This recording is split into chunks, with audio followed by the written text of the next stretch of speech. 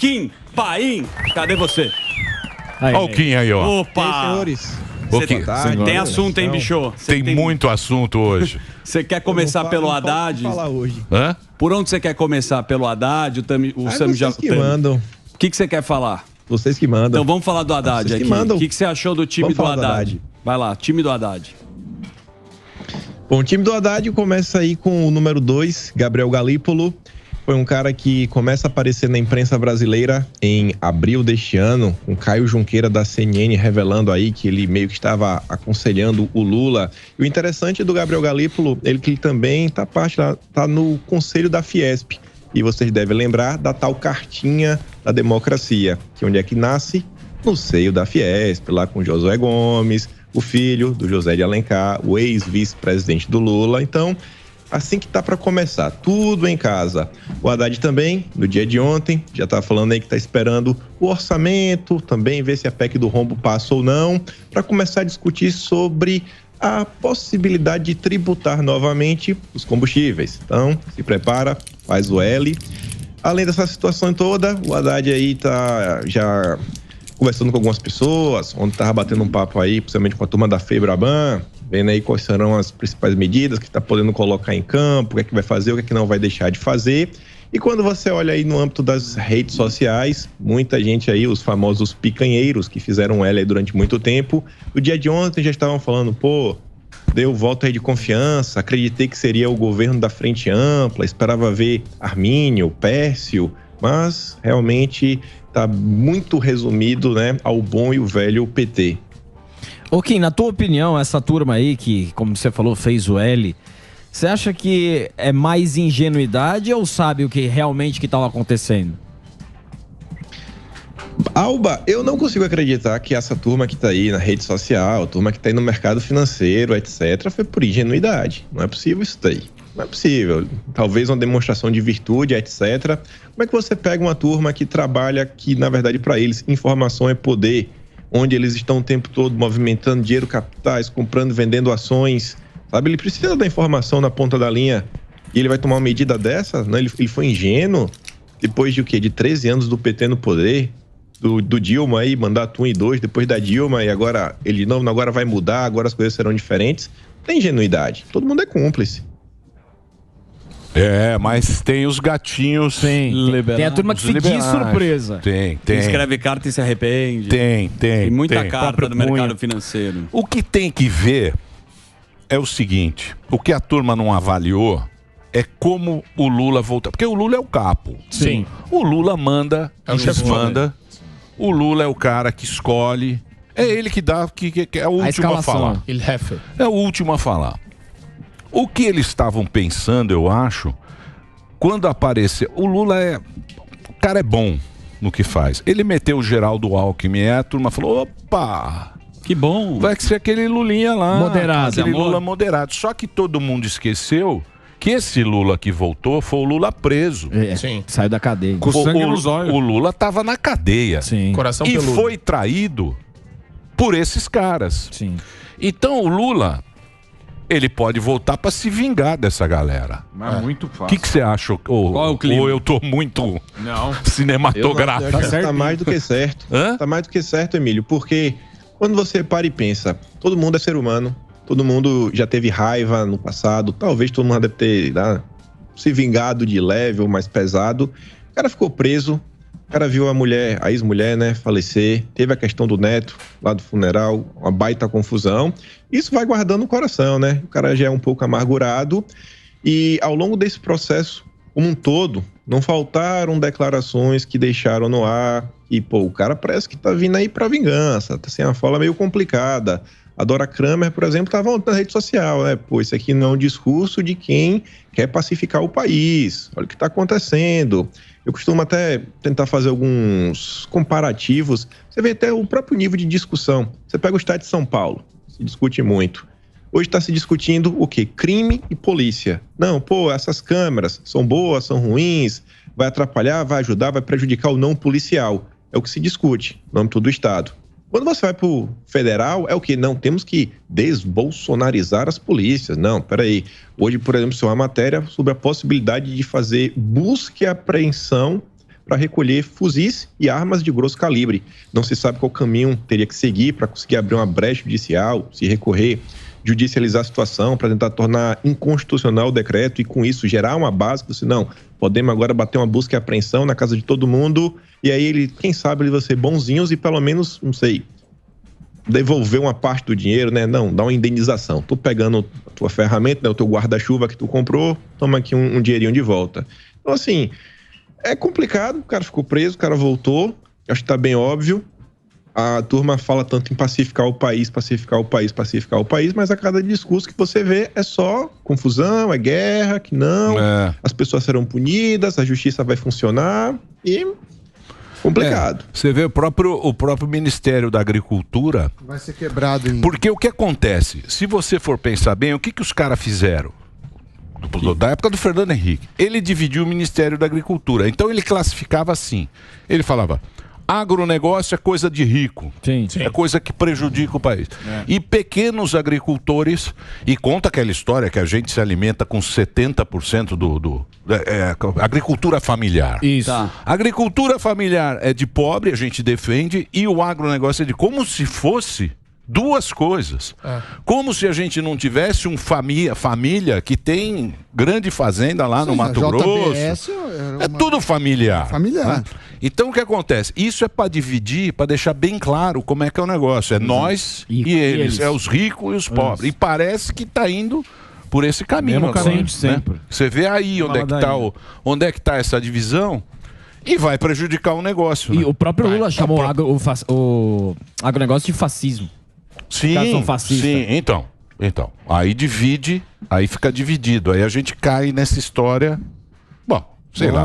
Eu sei que nós vamos ter que pagar a conta, viu, gente? Vamos. Posso fazer um break para pagar a conta? Sim, senhor. Opa. Mas eu ganhei meu panetone.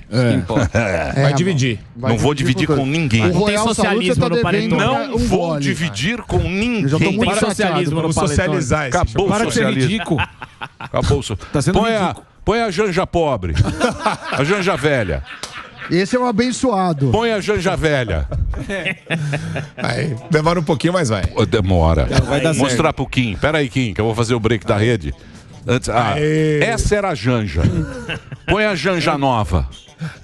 A Janja do Camura. Do capitalismo. A Janja do capitalismo. Retrofitada. A Janja do capitalismo. 2023. 2023. A nossa primeira dama. Aí, ó. Que ideia nova. Tá chegando. Ela tá na carreta.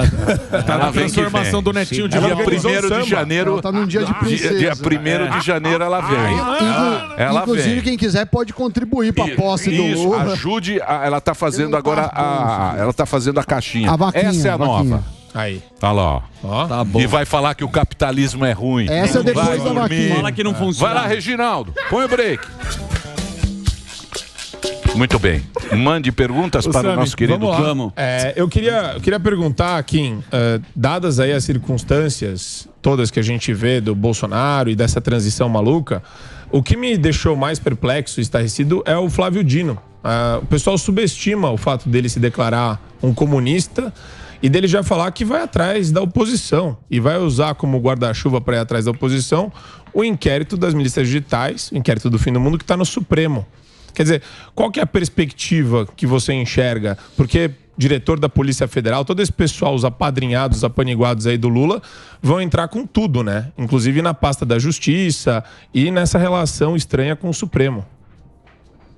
Bom, o que eu espero é o seguinte, a turma da esquerda tanto falou, né, ao longo dos anos da importância da defesa das prerrogativas, o devido processo legal, tanto que essa é uma das grandes críticas que a esquerda sempre fez aí, a turma da Lava Jato, que eles, em tese eles não respeitavam diversas coisas. O que eu espero é que a esquerda faça exatamente o que eles pregam. Não, vamos fazer a coisa como ela realmente tem que ser.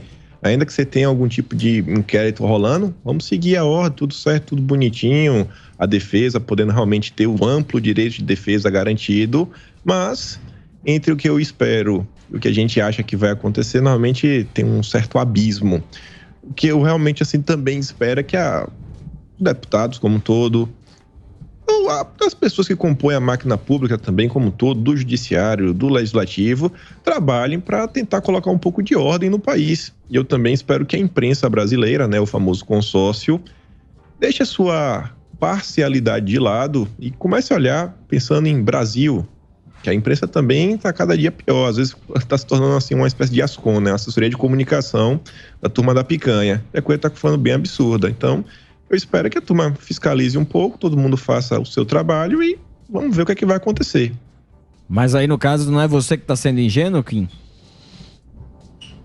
A gente sabe mais ou menos para onde vai, né? Mas vai fazer o quê? Vai desejar o quê? A gente só pode desejar que as coisas funcionem como elas devem funcionar. A gente sabe que a tendência é que não sigam por esse caminho. O que eu fico preocupado, Kim, eu queria trazer para você dentro de uma pauta que aconteceu recentemente lá em Brasília, no Distrito Federal. A gente viu uma manifestação pacífica que acontece há mais de 40 dias e um monte de infiltrado lá, claramente, pessoal de mochila, alguns com camiseta verde e amarela, com bandeira, mas aí você começa a ver algo que nunca aconteceu em protesto e a gente teve várias manifestações pacíficas nos últimos 7 anos. Quer dizer, você enxerga que a imprensa ela vai continuar aplaudindo e fazendo essa assessoria de comunicação constantemente, porque a impressão que dá é que a imprensa está vendida, né? O mercadante no BNDES não vai ser mais para pequena e média empresa, vai ser só para grandes grupos empresariais, como era na época do Lula e da Dilma. Bom, essa questão de Brasília, você vê, a imprensa, ela tem o costume de chamar todo mundo de suspeito. Eu até brinquei esses dias, falei, o cara comete o crime, tem lá uma câmera, filme o cara fazendo tudo, nome, RG, o cara às vezes assalta com um crachá, o nome dele é CPF, a foto. Aí quando a polícia pega, suspeito. Não, pegamos aqui o suspeito. Houve os atos em Brasília, que é coisa de vândalo, é coisa realmente de criminoso. Ninguém foi preso, o que já é extremamente estranho. Sim, pô, por que ninguém foi preso? Deveriam ter prendido a turma. A justificativa é que talvez se prendesse, poderia acirrar os ânimos e teve mais confusão, mas beleza. Agora a imprensa pega o que aconteceu e fala, bate o martelo. Bolsonaristas fizeram isso. Onde é que está o suspeito que elas dizem? Até se ainda colocasse, não, bolsonaristas são suspeitos de fazer isso. Pá, beleza, por quê? Porque tá de verde e amarelo? Aí a gente até entende, né? Não, beleza, tá de verde e amarelo. Aí, qual a lógica por detrás disso? Então você vê que a imprensa ela segue na mesma narrativa o tempo inteiro. E a tendência eu acho que é piorar.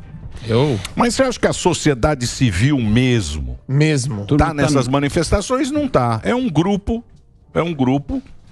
São pessoas, né? Indignadas. Não, então, é um grupo indignado, mas não é a manifestação que a gente teve em 2013 aqui. Que pegava de cabo a rabo, não vai ter Copa. Mas eu acho protesto julino. Aquilo a gente via que era uma manifestação. O povo não é bom. Tinha uma bandeira. Mas a semiótica, a brincadeira semiótica aqui, Emílio, é a seguinte: é só gerar a manchete. Bolsonaristas depredam Brasília. Bolsonaristas.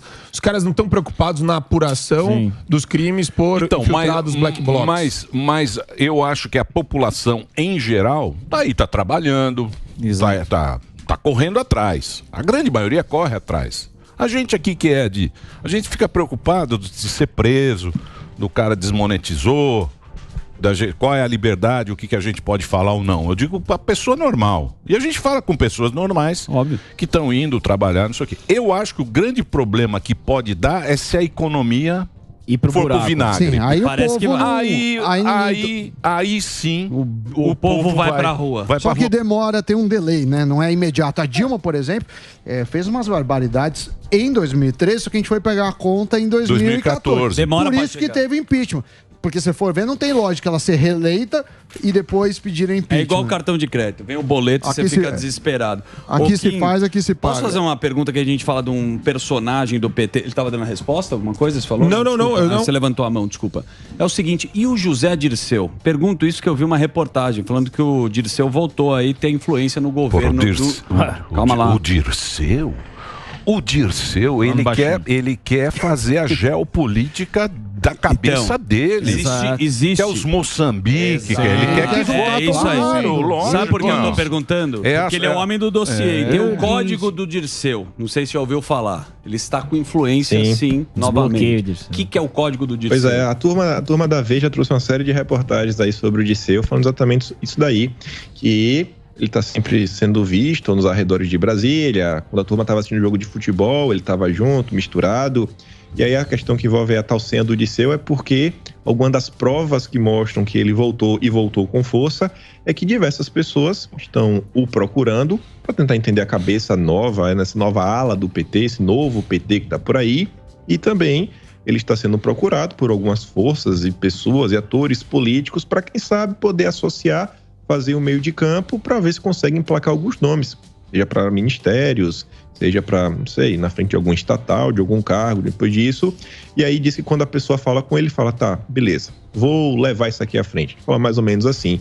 E aí meio que fica no ar que ele teria uma linha direta aí com o Dilma para passar as demandas, mas que ninguém quer confirmar se isso é verdade ou não. Agora, tem uma coisa que eu acho interessante, né? Você falou do Dirceu, aí tem uma reportagem... A companheirada, pô. Ó quem tá voltando. José Sérgio Gabrielli, ex-presidente da Petrobras, Paulo Camoto, ex-tesoureiro do PT, Luciano Coutinho, do BNDES. Nosso companheiro. Paulo Bernardo, ex-marido da Gleisi Hoffmann, da Narizinho, e o ex-prefeito de São Bernardo, Luiz Marinho, e a ex-ministra Miriam Belchior. Quer dizer, a galera lá de trás. É o mesmo pessoal que já estava envolvido com Mensalão, depois passou Petrolão, esse pessoal todo estava dentro dessas estruturas cleptocráticas. E a questão é, você acha que a gente vai se acostumar, Kim, com esse... Eu odeio essa expressão. Novo normal de autoritarismo do judiciário? Porque essa galera toda tava no samba da Janja, na casa do Cacai. Aí... Quer dizer, me fala qual o grau de imparcialidade de um ministro que faz um samba com o vencedor da eleição. Supostamente. Isso daí tá rolando já tem um certo tempo, né? Não é de hoje que essas coisas acontecem. Eu não acho que a população vai se acostumar, porque eu acho que qualquer pessoa que hoje abrir as redes sociais como um todo, não precisa nem abrir as redes, lê a própria imprensa.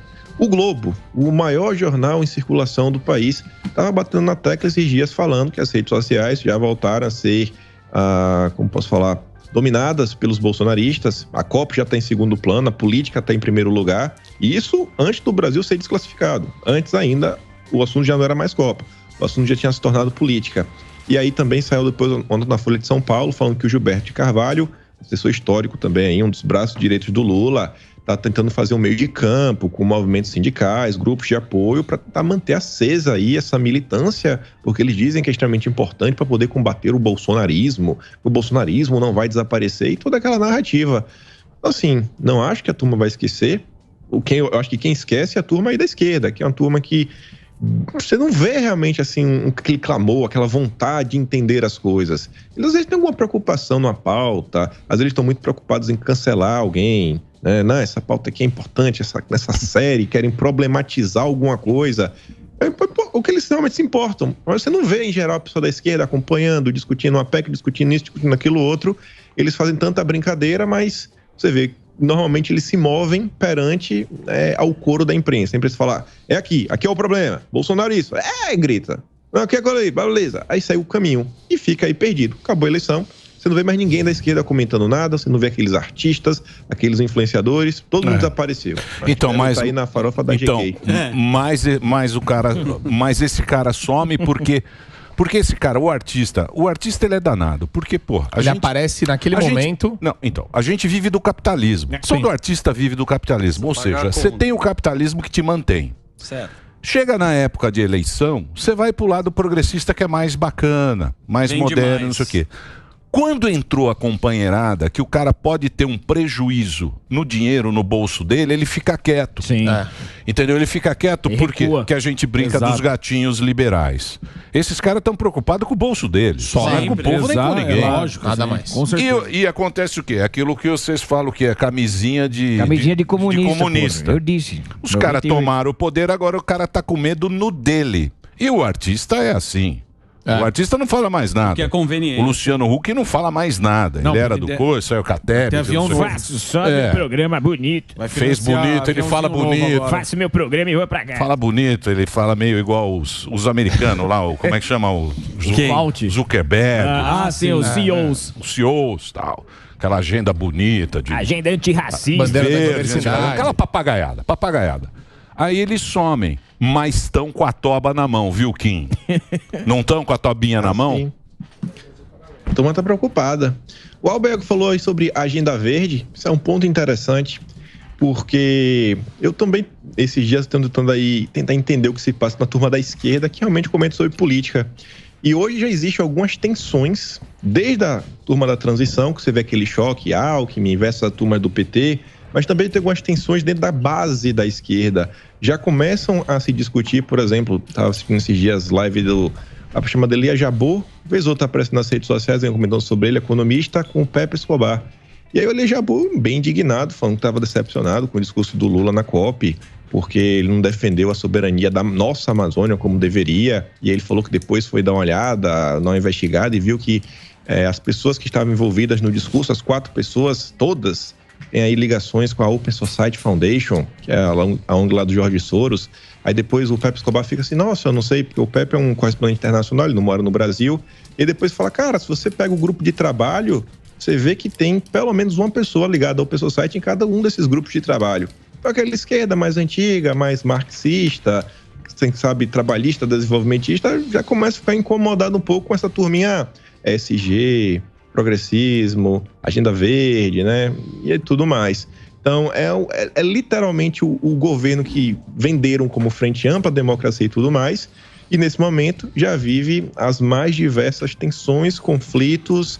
Tinha aí já nome que estava certo para o Ministério da Saúde. Hoje de manhã saiu uma nota falando que o Arthur Lira agora tem uma espécie de consórcio de 150 deputados que pode garantir o voto em troca do Ministério da Saúde. E aí estão tentando levar o Brasil de volta, né, para a democracia que nós vivíamos aí no início dos anos 2000. Mas é ela que pacifica, né? Claro. É isso, a paz do Brasil é a corrupção. Todo mundo é a mala. O que você quer? Vamos roubar junto. Você quer briga ou você quer paz? Pô. Que nem cabe na mala quando rouba junto todo mundo fica quieto e dinheiro não tem ideologia. Claro, tem dinheiro de direita ou de esquerda? Agora, o Kim, a questão do protesto, a questão dos protestos, que a turma tá lá, uma turma tá no quartel, outra tá lá na esplanada. Agora, com toda essa questão de projetos, eles levando projetos de assédio ideológico, sendo que se você chegar para um político e falar alguma coisa, você pode ser classificado como assédio ideológico. Agora tá tudo passando muito rápido, você vai ser antidemocrático. E daqui a pouco também existe uma possibilidade de você bloquear as pessoas de se manifestarem. Na tua opinião, para onde vai essa turma que está protestando? Ou tá aguardando alguma liderança? Que só seria... Cara, é impossível, né? Eu acho muito difícil bater o martelo, porque, por exemplo, eu não acreditava que as pessoas ficariam tanto tempo nas ruas. Hoje temos o quê? 45 dias. Hoje, dia 14, completam 45 dias com pessoas nas ruas. Eu acho que surpreendeu a todos. Ninguém esperava que eles fossem ficar tanto tempo. E eu realmente não sei para onde vai. Não sei o que a turma tá pensando, não tá pensando. Não sei até onde fala assim, não, pô, aqui é nosso data limite, a gente vai ficar independente do que acontecer. Eu acho que é um cenário assim muito complicado. O que eu sempre falo para todo mundo é o seguinte, eu desde o início, em momento nenhum, eu jamais convoquei ninguém para nada. Primeiro porque, não é só essa questão desse momento agora, eu sou contra a política do seguinte, como é que eu posso convidar uma pessoa para fazer algo que eu não posso fazer? Eu não moro no Brasil. É muito cômodo, né, de longe falar, vai pra rua, faz isso, faz aquilo outro. Isso ali ao longo desses 4 anos, nunca fui muito a favor desse ponto. Segundo lugar, eu sempre falo pra galera o seguinte, pessoal, tentem ser o mais responsável possível, não só para quem vai para qualquer ato desse, mas na própria participação nas redes sociais, chequem 2, 3, 4, 5 vezes, evitem compartilhar coisas sem realmente checar se é verdade ou não.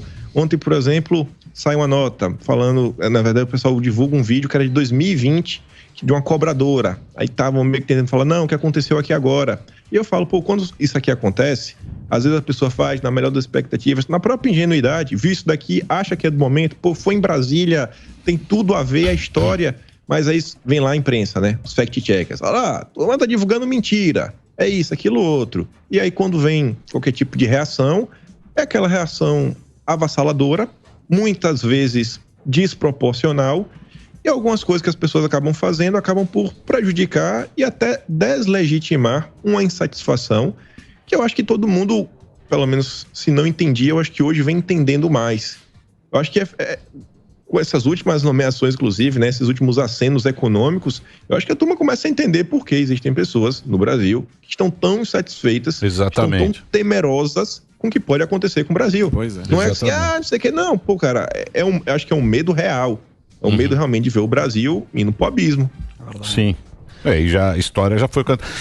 Mas o que me chateia é o seguinte, é você ver essas pessoas, aqui no Ibirapuera, aqui. Sim, muito próximo. Quilômetro daqui. Porra, às vezes você passa lá, você vê aquelas pessoas que estão lá, que estão firmes, estão com a bandeira, cantando hino, acampando e tal. Estão ali com a família.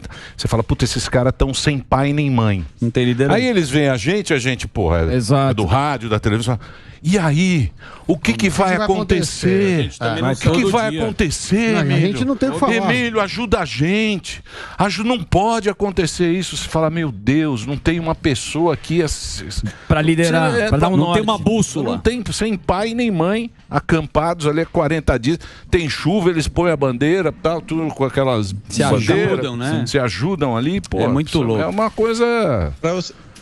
Emílio, para te dar em números, pra você ver como a turma tá tão assim, ansiosa por respostas. Eu tava dando uma olhada, eu achei um canal que até 6 dias atrás só fazia vídeo sobre o Palmeiras. Só falava de Palmeiras. Um canal que pegava 2, 3 mil views por vídeo. Há 6 dias atrás. Aí o cara começou a mudar o vídeo, capa, vai acontecer, tem uma resposta, o áudio que chegou ao Brasil... sei lá, leitura labial com a resposta final, agora vai prisão. Os vídeos dos 3 últimos dias desse canal passaram de 1,5 milhão de visualizações.